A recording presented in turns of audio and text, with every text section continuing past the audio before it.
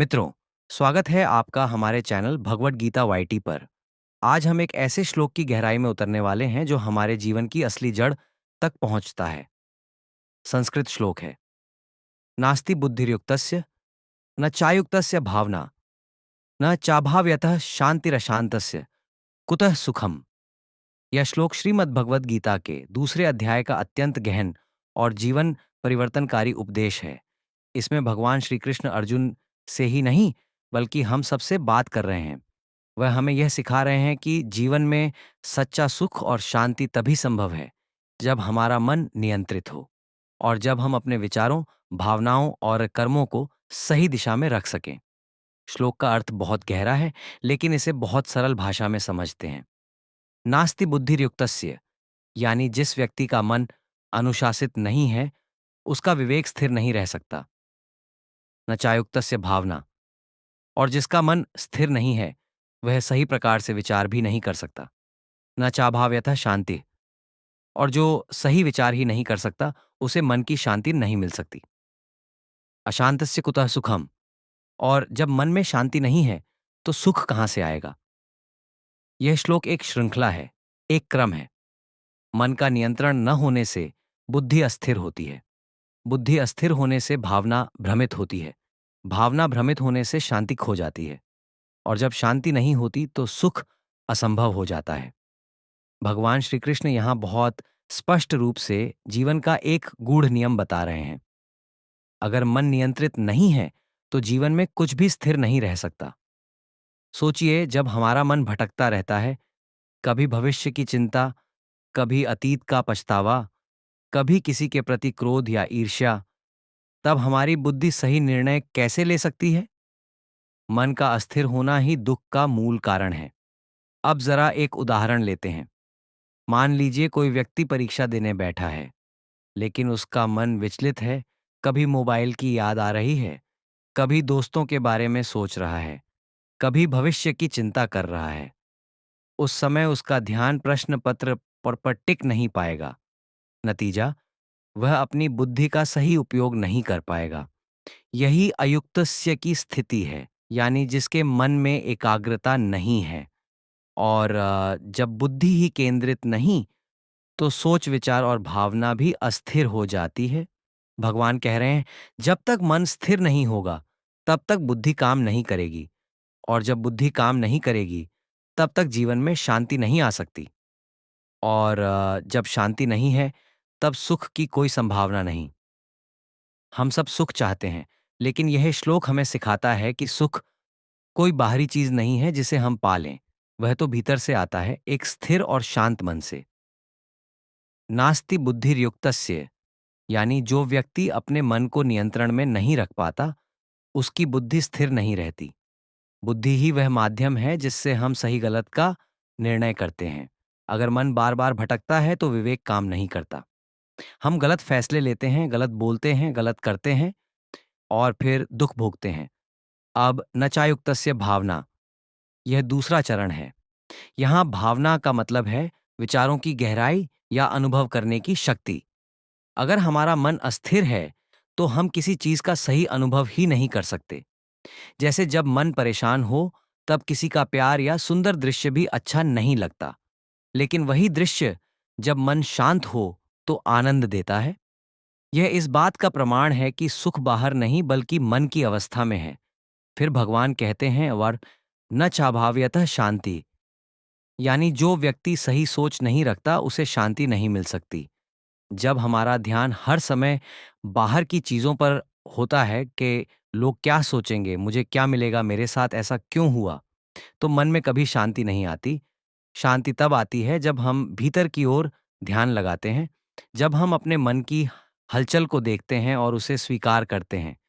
अंत में भगवान कहते हैं, अशांत से कुतः सुखम, यानी जिसका मन शांत नहीं है, वह सुख कहाँ से पाएगा। ये बहुत गहरा प्रश्न है।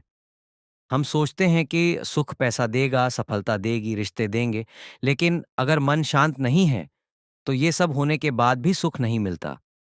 एक व्यक्ति के पास सब कुछ हो सकता है, धन, परिवार, सम्मान, लेकिन अगर उसका मन बेचैन है, तो वह सुखी नहीं हो सकता। दूसरी ओर, कोई व्यक्ति जिसके पास बहुत कम है लेकिन मन में संतोष है, वह सच्चा सुखी है। यहाँ भगवान हमें भीतर की यात्रा पर भेज रहे हैं।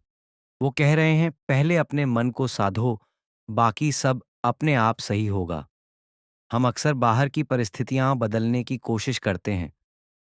हमें लगता है कि अगर नौकरी बदल लेंगे, रिश्ता बदल लेंगे, शहर बदल लेंगे तो जीवन अच्छा हो जाएगा। लेकिन सच यह है कि अगर मन नहीं बदला तो कुछ भी बदलने से कुछ नहीं होता।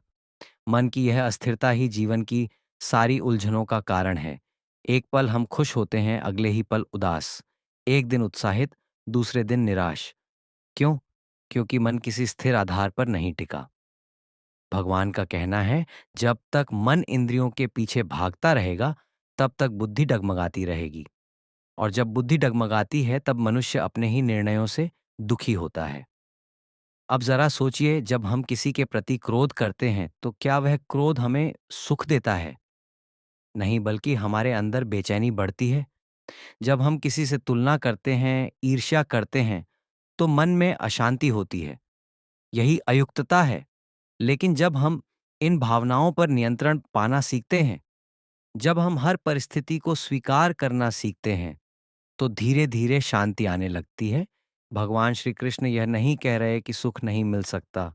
वो कह रहे हैं कि सच्चा सुख तभी मिलेगा जब मन शांत होगा।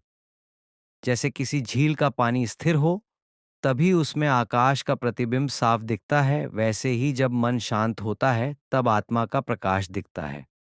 अब इस श्लोक का एक आधुनिक उदाहरण लें। आजकल हर कोई तनाव में है। काम का प्रेशर, रिश्तों की उलझनें, भविष्य की चिंता। लोग खुश रहना चाहते हैं, लेकिन जानते नहीं कि खुशी कैसे आएगी।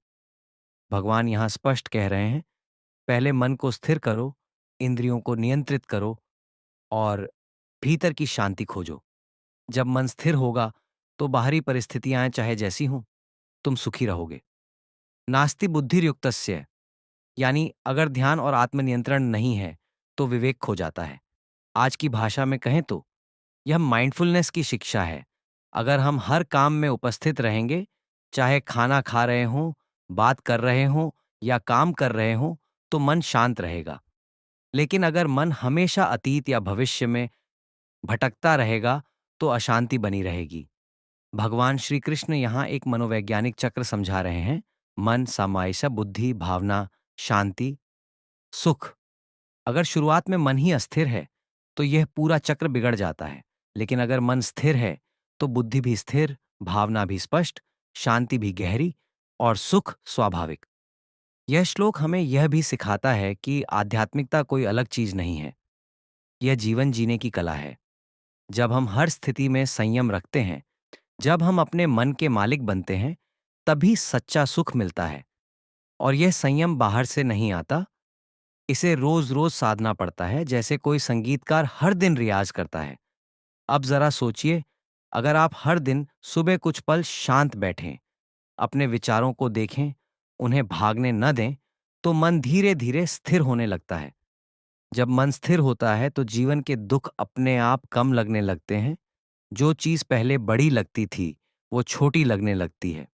यही भगवान श्री कृष्ण का योग का अर्थ है, संतुलन। तो मित्रों, इस श्लोक का सार यही है कि सच्चा सुख, शांति और बुद्धिमत्ता तभी संभव है जब मन नियंत्रण में हो। मन को जीतना ही सबसे बड़ा युद्ध है। अगर हम अपने भीतर की इस लड़ाई को जीत लेते हैं, तो बाहरी दुनिया की कोई लड़ाई मुश्किल नहीं रहती। इसलिए भगवान का संदेश हम सबके लिए है, पहले अपने मन को साधो, क्योंकि मन ही तुम्हारा सबसे बड़ा मित्र भी है और सबसे बड़ा शत्रु भी। अगर तुमने उसे नियंत्रण में रख लिया, तो तुम सब कुछ पालोगे। अगर नहीं रखा, तो सब कुछ होते हुए भी असंतुष्ट रहोगे। मित्रों, अगर आपको यह व्याख्या पसंद आई हो, तो कृपया वीडियो को लाइक करें, चैनल भगवत गीता यूटी को सब्सक्राइब करें और अपने दोस्तों के साथ इस दिव्य ज्ञान को शेयर करें। कमेंट में बताइए कि इस श्लोक का कौन सा हिस्सा आपके दिल को सबसे ज्यादा छू गया। हर हफ्ते हम इसी तरह गीता के अमृत ज्ञान को सरल शब्दों में आपके सामने लाते हैं। फिर मिलेंगे अगले श्लोक की गहराई के साथ। जय श्री कृष्ण।